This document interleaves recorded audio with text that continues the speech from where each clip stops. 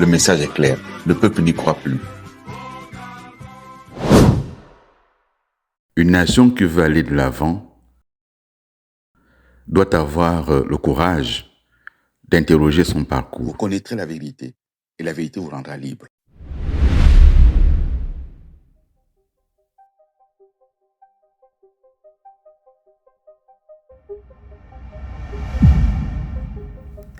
Parmi les personnalités qui accompagnent l'action du Mogabo, qui s'affichent avec le Mogabo, il y a par exemple Madame Lucie Milébou-Busson, qui à l'époque est présidente du Sénat. Elle est présente avec nous, elle s'affiche avec nous, elle nous reçoit, elle nous prodigue des conseils. Il y a son époux, Michel Mboussou, qui nous soutient également. Il y a Désiré Guedon qui nous accompagne, qui nous soutient. Mais le Mogabo n'a jamais été conçu pour combattre qui que ce soit, sinon l'adversité politique en face. En interne, je l'ai déjà indiqué, le Mogabo n'avait ni statut, ni règlement intérieur, ni organigramme, ni directoire. Nous étions un mouvement. Et nous étions en mouvement.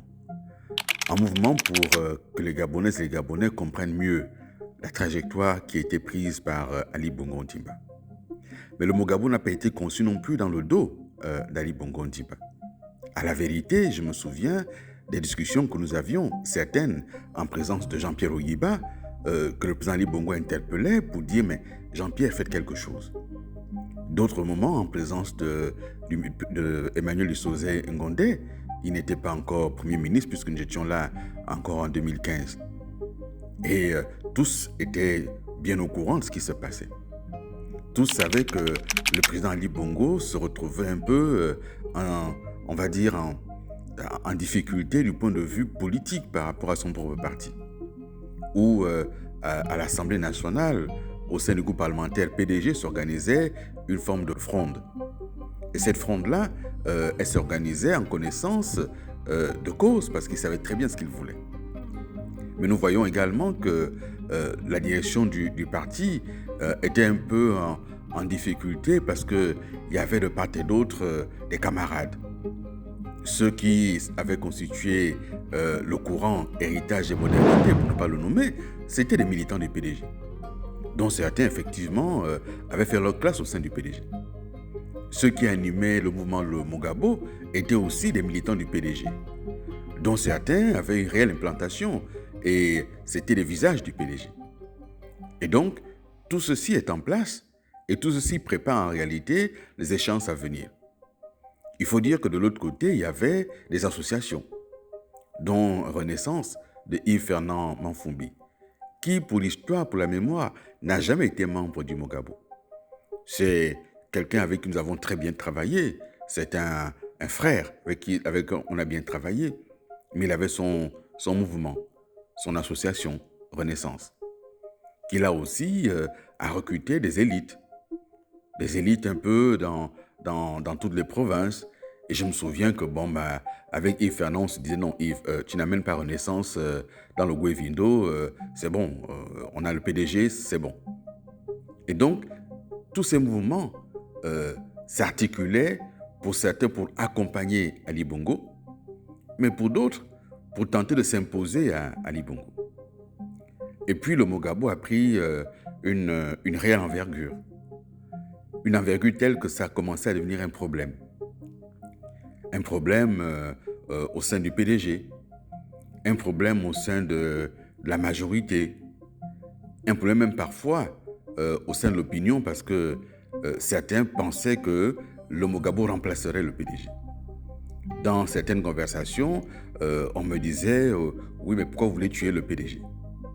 Le fait est que nous ne voulions pas tuer le PDG. Le fait est que nous pensions qu'il y avait beaucoup d'éléments à mettre en avant et nous sentions le parti quelque peu timoré. Mais le parti avait ses raisons.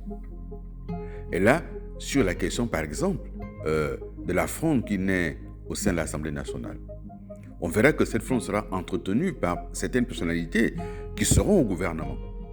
Des personnalités en qui Ali Bongo avait toute confiance. Mais des réunions se dérouleront chez ces personnalités, au nord de Libreville à Kanda. Ces réunions-là qui vont se tenir avec quelqu'un qui était encore membre du gouvernement, qui le sera jusqu'au bout, avant de prendre la peau d'escampette. Ces réunions se tiennent et nous sommes alertés, nous sommes informés. Certains d'entre nous en informent le président, qui naturellement, ayant fait confiance à cette personnalité, ne pouvait pas croire qu'il en était ainsi, malgré des informations de première main. Là aussi, ce sera un des traits de caractère du président Ali Bongo.